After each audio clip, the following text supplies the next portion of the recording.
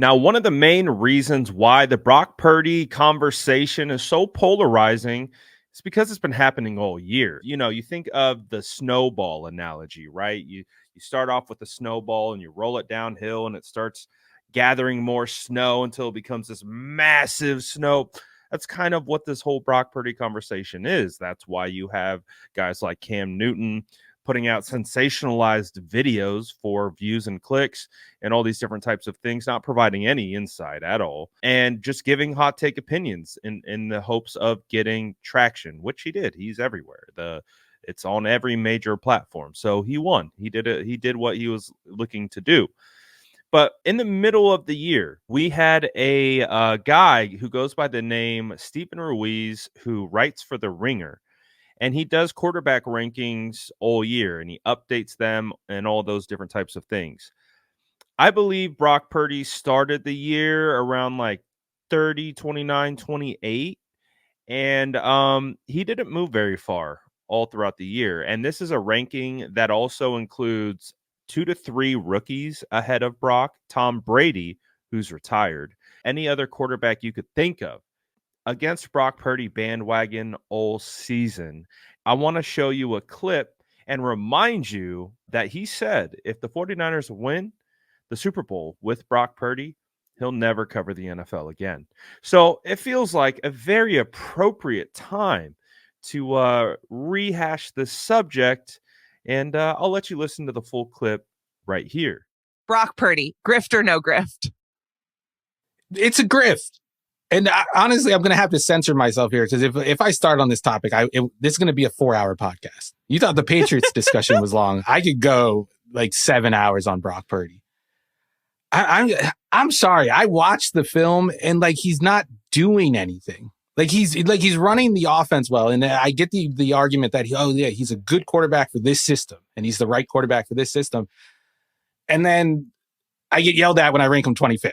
Here's my thing. I'm ranking these quarterbacks not based on their suitability for the Kyle Shanahan system. I'm ranking them based on what they would do in like a normal offense, like a league average offense. And if we put Brock Purdy in the league average offense, this game isn't going to lead to top of the league results. And like the play that made me lose my mind this week was he threw a pass downfield to Brandon Ayuk over the middle of the field. It's probably like 30 yards downfield. It was into double coverage. He underthrew the ball by about 10 yards.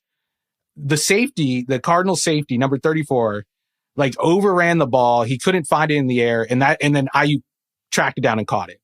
And like 49ers Twitter is like celebrating this throw. Like that's a Freudian slip. Brock saw the future. Like when he went to throw the pass, he knew the Cardinal safety was going to overrun it. He knew it. And he knew Brandon Ayuk was going to realize it and track the ball and cut off his route short and get it. And that's why he threw it short. He did it on purpose, which is ridiculous. The game is, can the 49ers win the Super Bowl like this? They can't. You think they can't? No. I think just they can. Goes against. If they do, I'm done. I'm not covering the sport again. If they win it with Brock Purdy, Sam Darnold, sure, I can get on board with Sam Darnold. Not Brock Purdy. Brock Purdy had 1 incompletion last week. He actually had 2, but the other one was negated by it wasn't a bad call, but it was a call that had no effect on the play. It didn't count, but he did incomplete another pass. This is Stephen Ruiz, the guy you just heard on the podcast, who said he will never cover the NFL again if Brock Purdy wins the Super Bowl. He actually believes the 49ers had a better chance winning the Super Bowl with Sam Darnold than Brock Purdy. Well, the 49ers are 4 quarters of sending this guy to China and covering a startup league over there because we're not going to forget about this. We aren't going to forget about this at all, Stephen Ruiz. And again, even if you did his rankings, and there's a tool within the Ringer, and we'll take a look at his current rankings.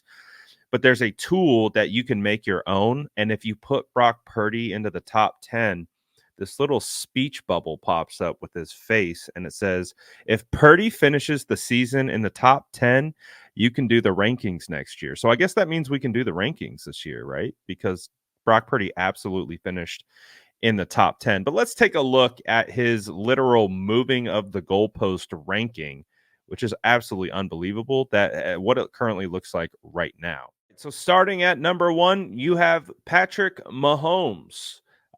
No argument there. I think we all agree that Patrick Mahomes is the best quarterback in the NFL right now. He's got the talent. He's got the resume.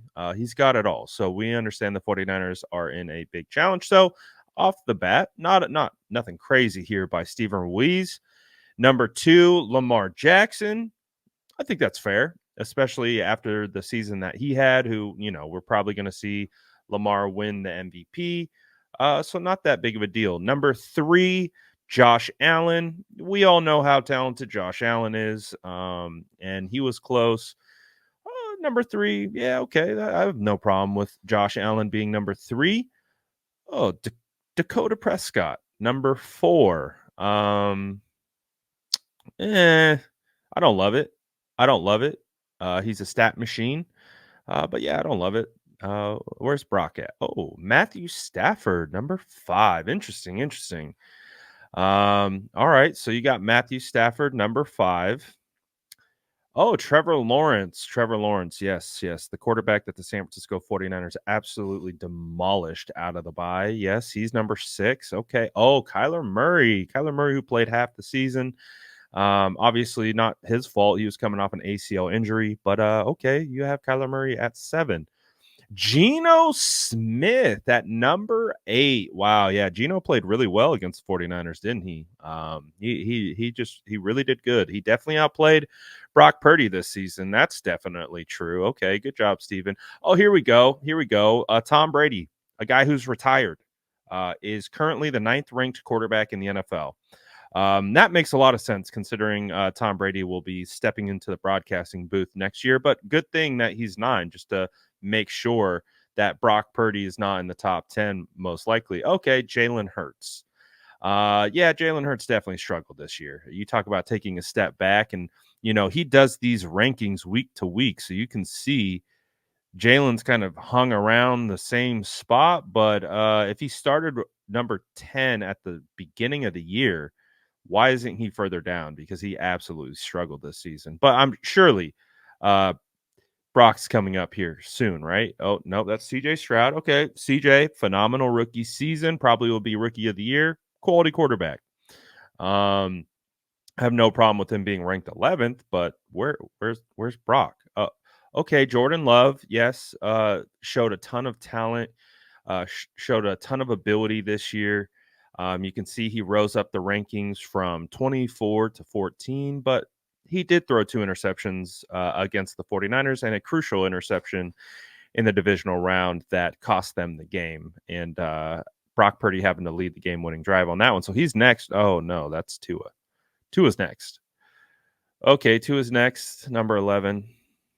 Oh, Jared Goff. Okay.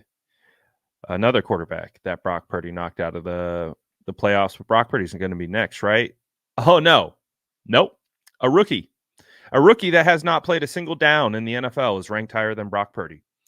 Drake May, phenomenal prospect, is probably going to be a top 3 draft pick, but imagine putting a quarterback in your NFL quarterback ranking who isn't in the NFL.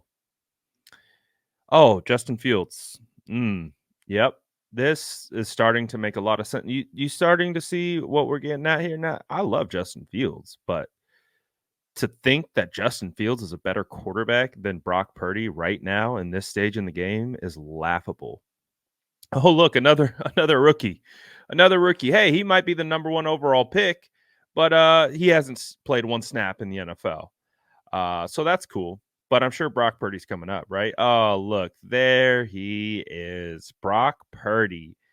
The number, you can't even say the number 18th quarterback in the league because he's got 2 rookies and a retired player in front of him.